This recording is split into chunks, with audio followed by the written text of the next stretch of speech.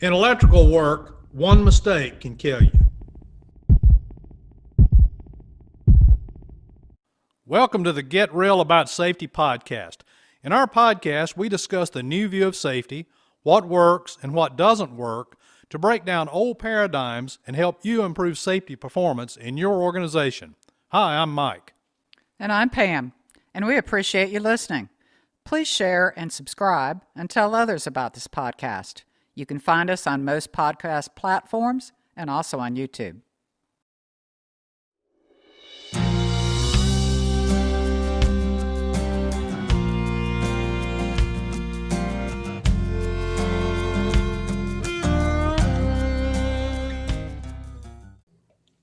Hello and welcome to this podcast. Hope everyone is staying safe in these crazy times that we're having, and there is a lot of crazy out there. So I am joined today by Mike.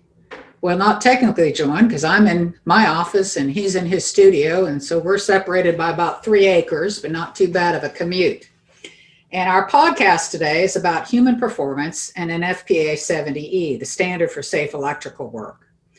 NFPA 70E focuses on 3 specific hazards: arc flash, arc blast, and electrical shock, all 3 of which have a high potential for serious injury, or as we call that, a SIF or a PSIF, potential serious injury. You've heard us talk about SIFs and PSIFs on previous podcasts, but these are the areas where we should place our major focus. And with the new standard coming out, the revised standard for 70E, we thought it was a good time to talk about that. So Mike, you want to touch on the new revised standard? Absolutely. Thanks, Pam, and hello, everybody. Human error in electrical work can occur in a lot of ways. And as a result, in the 2018 version of 70E, a section was added on human performance. As of this month, January 2021, the new version is out and it continues with that section. This is the first standard that we have seen that addresses human performance principles. It's a well-written section, and it does a really good job of summarizing the topic. It includes how both operating systems and human fallibility can lead to catastrophic consequences. It also includes some error reduction tools that workers can use to help protect themselves. Keep in mind that a risk assessment is also required by this standard, and it clearly states that the potential for human error must be considered in that assessment, and that the required electrical safety program, or the written program that is required by the standard, also has to address this concern. So let's be clear. If you're doing electrical work, you need to be highly familiar with human performance principles and integrating them into your process. If you're an owner or a general contractor that has oversight responsibility for electrical workers, you need to be familiar with human performance.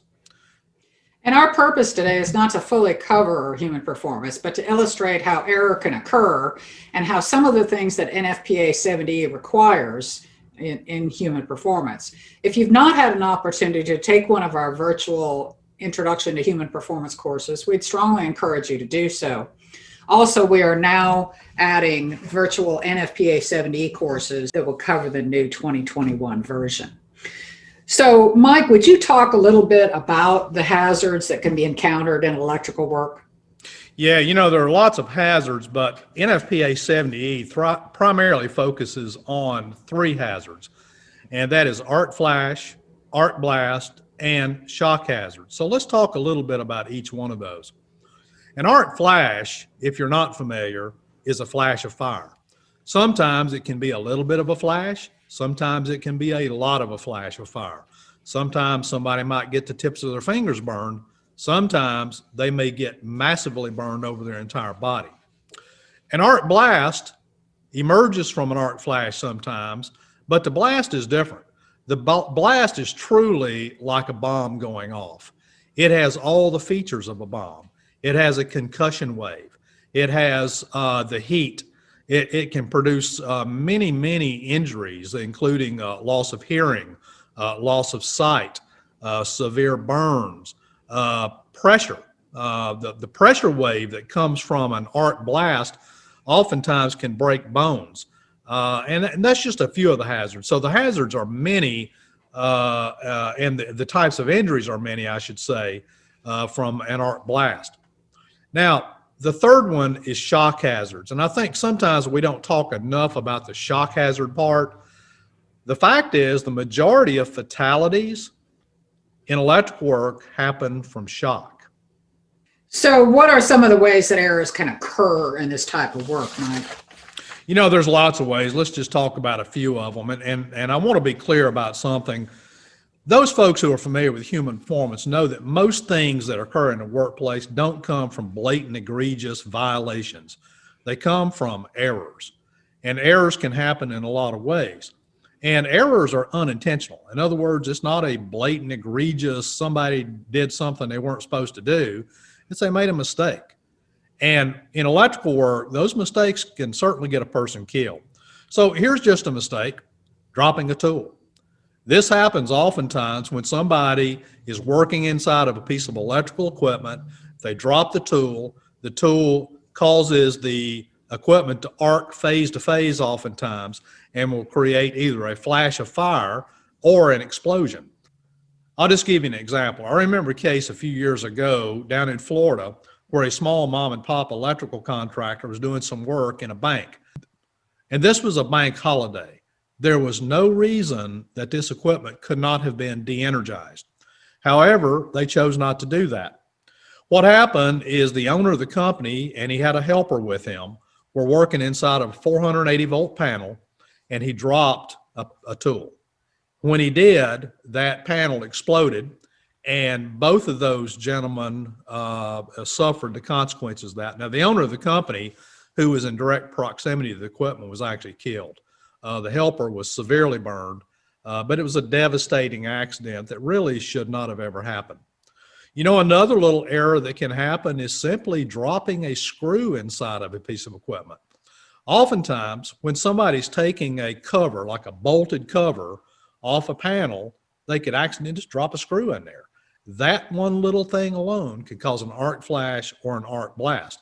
That's one of the reasons in the standard that removing a bolted cover is considered live work. Now, just accidentally touching a live circuit part. You know, when people are busy and maybe they get distracted, it's very easy just to touch the wrong thing. And oftentimes that can result in something like putting that person into ventricular fibrillation, which is a fatal heart condition. Another one is having the wrong mental picture or an inadequate perception of the risk. For example, many people associate electrical hazards with high voltage work. However, statistically, most fatalities, in fact, the vast majority of fatalities occur with voltages less than 250 volts. Another one comes from voltage testing. There's often a misconception that testing does not require anything special. Keep in mind that testing is considered hot work. You can't turn the power off and test the electricity. It has to be on. And therefore, it requires the protection as outlined in the standard. You talked about risk perception. And what we know is that people's ability to judge risk, to assess risk, is notoriously poor. We are very bad at that as human beings. Risk tolerance also changes, and it changes, one of the ways it changes is with familiarity and with consequence. So since our human nature is to look for shortcuts, one thing we know about lotto work, electrical work, is that if you've got a 14-step procedure, that humans will inevitably look to make that a 13-step procedure. And if when that happens, there's no negative consequence, they get away with it. And they not only can get away with it, they can actually be rewarded for that risk taking, because as that procedure starts to deteriorate, we did this 14-step procedure for years and nothing bad ever happened. Now we do it in less steps. We get the job done faster, and then we get positive feedback from our supervisor for being so good at your job that you're my guy. You're the guy who gets this stuff done and gets it knocked out. And so that just helps cement that drift away from our procedures. We'll talk a little later about how that we can catch that drift and how we can guard against that. Mike and HP, we talk a lot about error traps and error precursors. Can you touch on the types of traps and precursors that workers encounter on electrical work? Yeah, there's a difference between a trap and a precursor, and sometimes these terms are used interchangeably. But a precursor is something that increases the chance of an error, while a trap almost guarantees it. And that's why it's called a trap. Some people refer to that as a landmine. Now, in electrical work, let's just talk about a few of the common error traps. Locking out the wrong equipment. It is very easy oftentimes when you have several pieces of equipment in a room to lock out the wrong one. This is not any different than a surgeon that amputates the wrong leg. Unless there is some kind of procedure or some kind of flagging to let them know this is the leg to remove, sometimes you get those sort of medical errors, right? Same thing happens in electrical work. So somebody goes into the wrong piece of equipment thinking that one's locked out, and it's not locked out, and we have a serious event that occurs. Now, what kind of goes along with that, and something that is clearly discussed in the standard, is lookalike equipment. Oftentimes in a electrical room, you will have several cabinets, and they all look just alike. They're just in a row, and they look just like the other piece of equipment. And so somebody locks out piece of equipment B, they take a break or they get an interruption or some distraction occurs, and they go back to do the work, and they start on a piece of equipment C that has not been locked out, and then we have a catastrophic event that occurs. Another error trap is things like additional feeds that may have been added. This happens oftentimes in an industrial plant, for example, where a piece of equipment is installed, and over the years, additional electrical feeds are added to that piece of equipment, but people are not aware of it. And so they go in and work on it. They think they have everything locked out, and it's not locked out. And unless someone walks down the system or at a very minimum reviews the line drawings prior to the work, they may not know that that is the case, and so they have an inadequate mental picture of how things are supposed to be. Another one, and you kind of referred to this a few minutes ago, Pam, is lockout and tagout procedures that don't match the work. This is a big one. Anytime that workers are required to follow procedures, but the procedures don't match the work and they conflict with the reality in the field, they will always take shortcuts, especially the more pressure they have to get the work done. Now, Pam talked about SIFs and PSIFs, serious injuries and fatalities, and potential serious injuries and fatalities.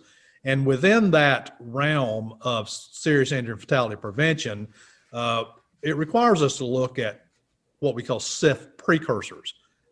That's a big one. People skipping steps in procedures. Now, skipping steps in a procedure is not a cause. That is a symptom of a deeper issue. And that usually has something to do with the procedure not matching the work.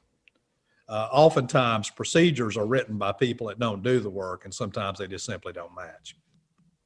Another one is mislabeled components. Now, you can imagine this, that you have a line of circuits, and maybe there are 10 circuits, right?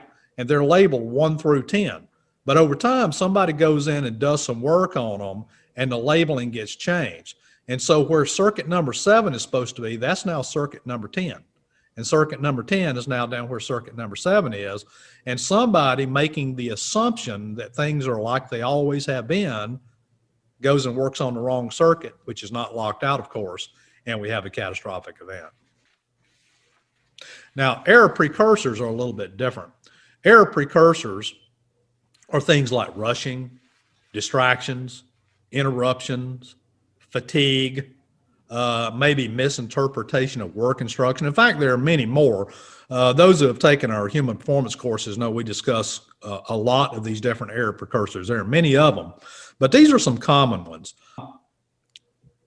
So rushing, for example, when people are in a rush, it always increases the chance of somebody making an error.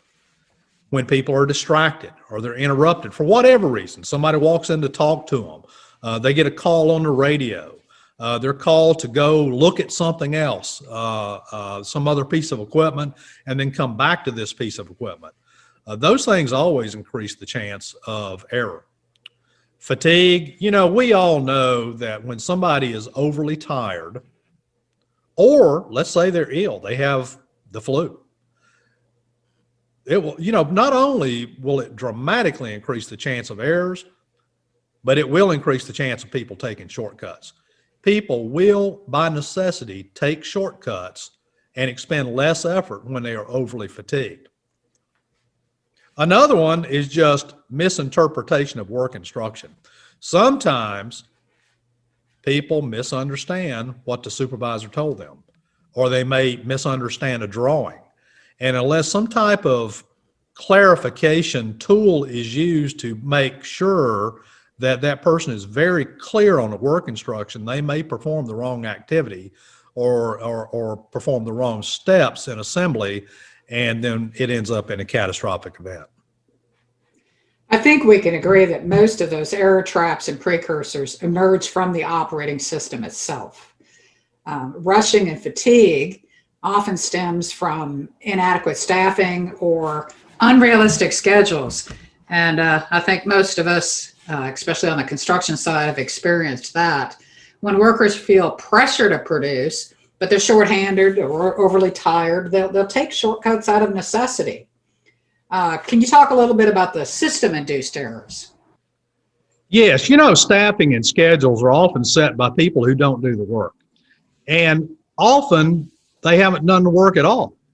And they don't realize the daily complications, the daily difficulties, and the complexities faced by the workers themselves. If you're familiar with human performance, you know that we use a model called work as imagined versus work as practiced. For those not familiar with that, we illustrate that with a line, a straight line with an X. The X represents an event. We also have a crooked blue line. And the straight line is work as imagined or work as planned. Oftentimes we produce plans and we expect people to follow that plan perfectly. But anybody based in reality knows that nothing is ever perfect out in the workplace. Things are in the way, this tool's not available, this machine won't start, schedules get switched up on people. Nothing is ever perfect. And so that crooked blue line represents work as it is actually practiced. Now, the difference between how we plan the work and how it is actually practiced is called an operational gap. And it's critical we understand that. And people who have never done the work can't possibly understand what it takes to actually do the work unless they're engaging themselves with the people who do the work. That's why people have to understand that human performance is not just about error reduction. It's really about systems thinking. It's about understanding how our operating systems set the stage for errors and at-risk behaviors. In other words, we place way too much emphasis on trying to fix the workers rather than trying to fix the system in which they work. Now, Informational Annex Q does a really good job of addressing how we should focus on the system in addition to reducing errors. While we're at it, let me say this. The standard also requires that all electrical incidents be investigated. And this includes near misses or close calls. If you're familiar with HP, this does not mean to go out and blame the workers the way most standard traditional incident investigations do. It means learning teams. Teams made up of people who actually do the work, who are the closest to the risks, to uncover the deeper organizational influences that lead to errors and at-risk behaviors. In fact, I'll just say it here. Most traditional investigations are BS, and most are just a complete waste of time. Most focus on unsafe acts and unsafe conditions, which are not causes. they are symptoms of deeper problems in the organization. If we don't get down to those deeper issues, we just relive Groundhog Day over and over and over again. Now, the standard does offer us some suggestions of error reduction tools that employees can use to protect themselves. So can you talk about that a little? Yes, they do, and the tools are good. The tools work very well. However, here's the caution. They are the last line of defense. You're dependent on the worker to actually use those tools. To be effective, the workers have to be trained in the tools. They have to be encouraged to use the tools and positively reinforced for using them. So let's talk about a few of these tools. They're very good. I do encourage, I think we should always look to reduce as many errors as we possibly can through both use of tools and also fixing our operating systems. The first one, and this is required by the standard, is a pre-work briefing. The standard does require a pre-work briefing that takes place just before the work starts. And honestly, preferably it should happen right in front of the equipment, just before the work starts. And the whole purpose of that pre-work briefing is to clarify any misinterpretation about the work, is to discuss the hazards, is to discuss the approach boundaries, it's to discuss the work methods and practices that are to be used to do that particular task.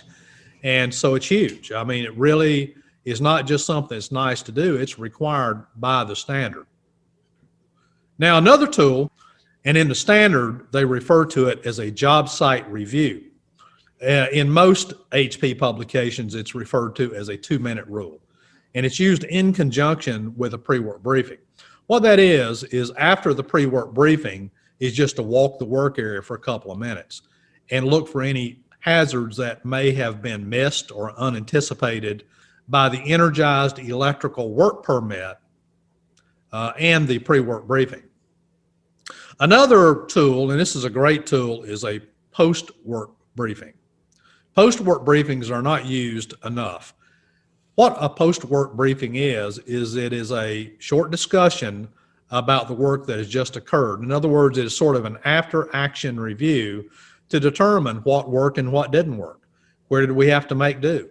Where did we have to improvise? What hazards did we anticipate? Which ones did we miss when we did that pre-work briefing? And that helps to do better planning and better briefings in the future. Another tool, and this is a pretty common one, is called procedure, use, and adherence. What this has to do with is having a procedure, making sure that that procedure matches the work, making sure that that procedure is available right there at the work location where it can be reviewed by both the supervisor and the workers before doing the work. And the adherence part means following that procedure without deviation. However, that pins it matches the work. If that procedure does not match the work, then they should stop. They should get with the supervisor. If they have to elevate that to a higher level, they elevate it to a higher level and maybe have that procedure revised before proceeding with the work. Another tool, and I'll tell you, this is a really good tool, is called STAR. It's basically a form of self-check.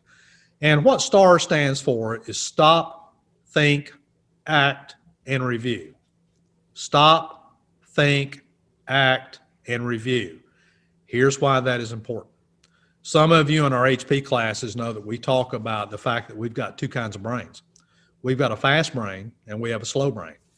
The fast brain, which lies in the back of the skull, is where emotional based reactions take place, fight or flight reactions take place, and instant reactions take place. And we kind of need that, because if somebody's getting ready to get run over by a forklift, you need them to think and act quickly, right? However, that fast brain can also get somebody killed. We have a slow brain. The slow brain lies in the front of the skull. It's the prefrontal cortex, and that is where logic, reasoning, problem solving takes place. Now, the problem with that is that the slow brain runs a couple of seconds behind the fast brain, and usually we're running on fast brain. The only reason I tell you all of this is to explain why STAR works. STAR is designed directly to affect the fast, slow brain responses. In other words, most of the time we're out there running on fast brain. And especially when people are under a lot of production pressure and they're rushing, they're running on fast brain. STAR, what that is, and it comes out of the nuclear industry, honestly, is before performing a function is to stop, think about what we're doing, then we perform the function, then we review it to make sure we performed the right function. It is a very, very good tool, and every employee really should be trying to use it. Once they use it, they start and they see how well it works, then it kind of becomes a natural thing. I have to say that was one that I was pretty skeptical of in the beginning. I thought, oh man, that just sounds hokey, this stop, think, act, and review. And then we've had this happen in our personal life a number of times. It's pretty funny, but I'll be flying around the kitchen, cooking dinner, answering emails, and talking on the phone all at once, and have you come in and assist the situation and go STAR. And it works. It works because otherwise errors will occur. So it's a very good tool. Absolutely. It works really well. So in other words, before I touch that wire, let me stop and think about it. Is that the right wire? It does work very, very well. A follow-up, and that's a self-check, and a follow-up to that is a peer check. A peer check is where another electrician double checks that person. And it should be used in conjunction with a self-check like STAR. So in other words, a experienced electrician who's familiar with the work just double checks that electrician to make sure they've done the right thing. This is particularly important in things like assembly, where misassembly could occur, where the electrician, they check themselves and they turn around to the other electrician and say, hey, double check and make sure I did the right thing here.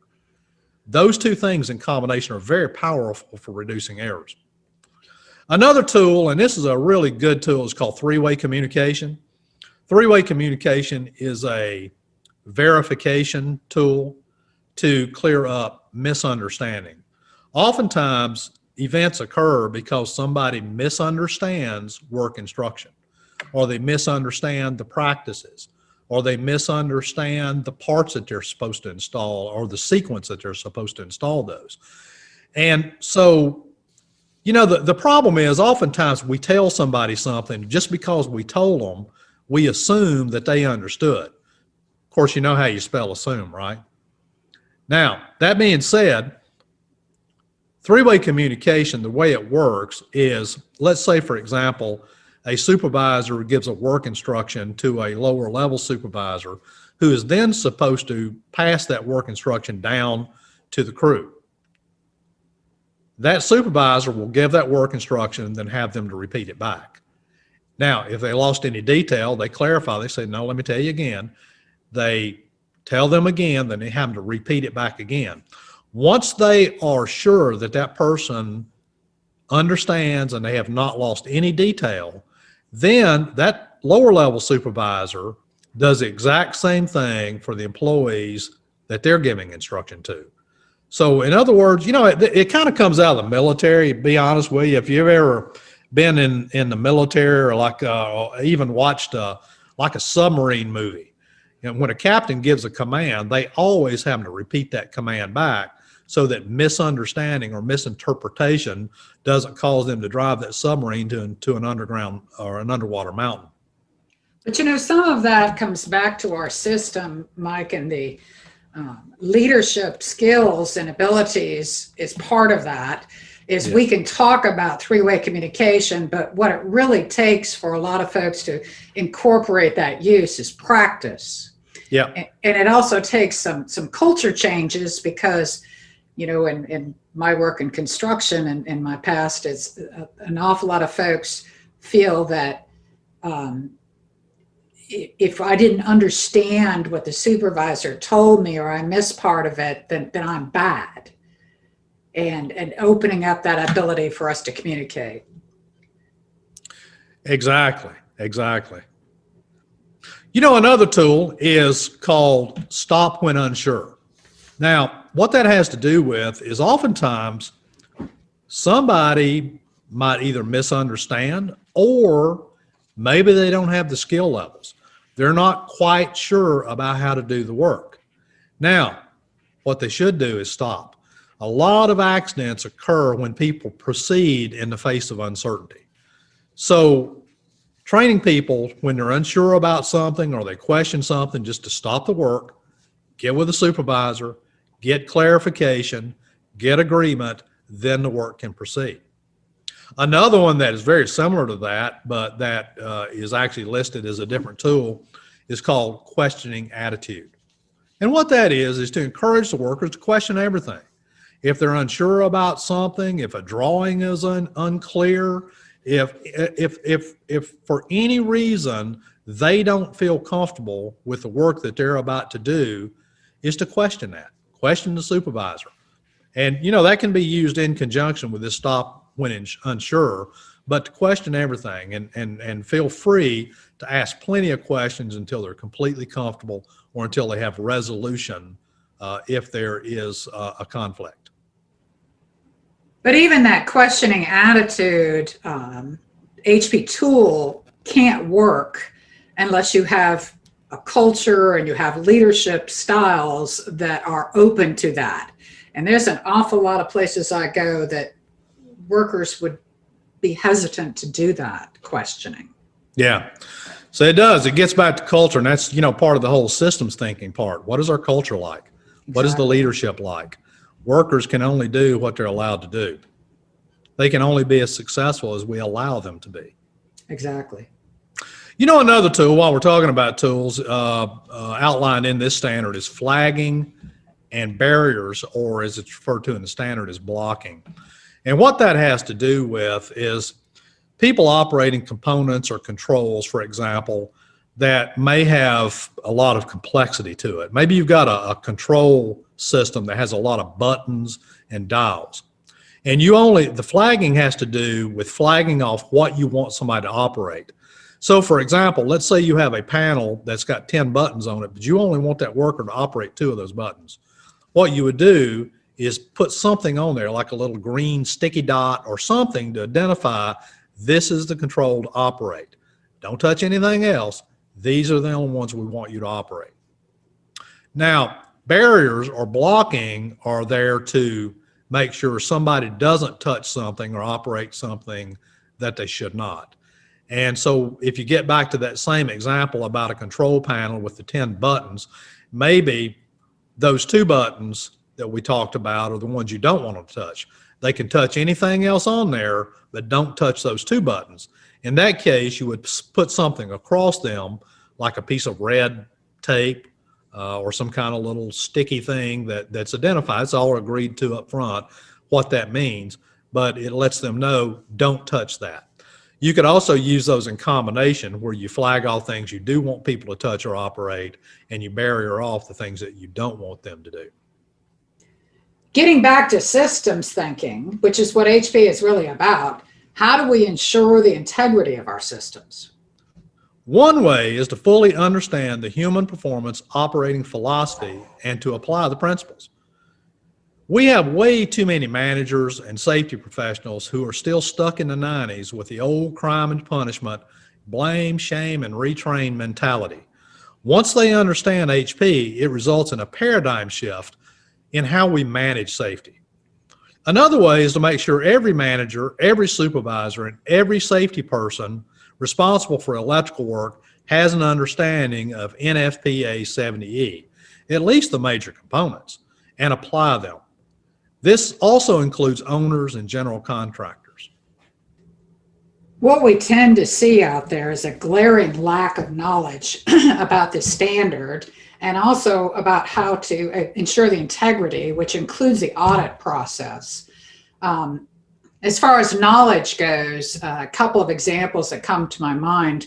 One was walking a job with a general contractor safety person, and he'd gotten real in depth with some of the crews about some fall protection issues and so forth and so on. And we came across the electricians, and I said, hey, you want to stop and talk to the electricians? And his comment was, no, I really don't know much about electrical safety, and they know a whole lot more than I do. So I pretty much leave that in their hands. And I'm thinking, well, that's just not really a good idea. I have done things as far as auditing. Now, the standard is very detailed in the requirements for auditing, but the integrity of the audit process is critical. It can't just be a piece of paper that we're documenting that auditing process. You have to have conversations with people. So, for example, I have before gone and taken a lotto procedure and gone out into the field and go up to the crew and say, hey, I got a copy of your lotto procedure here, and hey, I'm not an electrician, don't know that much, always trying to learn, but is it okay with you if I just tag along while you do your lockout tagout? And what has come out of that a lot of times is that I discover that the procedure is flawed because we get to step number 6 and I'm saying, hey, here's step number 6. They go, yeah, well, you can't even do that in this scenario. So we just skip that. Well, that is a critical piece of information because you've now found that you've got a flawed system, which is absolutely critical to correct that and to have a robust procedure itself. Same vein, I've had an electrician tell me, well, we usually just skip that step. And they admit that to me. So if you're not only doing a formal audit and auditing on a vigorous process here, but also using that opportunity to have conversation with the people that are doing the work in a manner, and so they trust you so they can safely tell you where their problems are, then you're not going to be able to determine the validity of your system. Back to lack of knowledge, I remember being on a large hospital project and I asked the general superintendent what energized work, what type work would need NFPA 70E oversight. And his comment was to me, well, we never do any kind of work like that, so there won't be anything like that on this project. And I'm like, hospital project? Are you kidding me? Had the conversation, well, what about diagnostic and testing? And his response to that was, well, you don't need any of that stuff for that. So I'm telling you that we have a glaring lack of knowledge of the standard and of the HP principles that flow into that standard at both the safety professional level and also at the supervisor level, and even at the owner level, a lot of times where we interface contractors and owners. So good opportunity for us to increase that knowledge out there today. And just because you're not an electrical expert, don't have an electrical background, trust me, you can learn a little more about electrical safety. And they'll teach you. And they will willingly teach you. And they'd be happy to know that someone thinks enough about them to learn from them. Absolutely. Well, that's it for today, folks. Hope you found this podcast of some value, and please consider taking one of our virtual NFPA 70E courses and, of course, our HP courses. Those are all offered on our open calendar, or we do specific offerings for your organization. If you want to know more about that or register, just go to prosafesolutions.com and click on open courses. Thanks so much for spending time with us, Mike. Thanks, folks. Great seeing everybody. See you next time.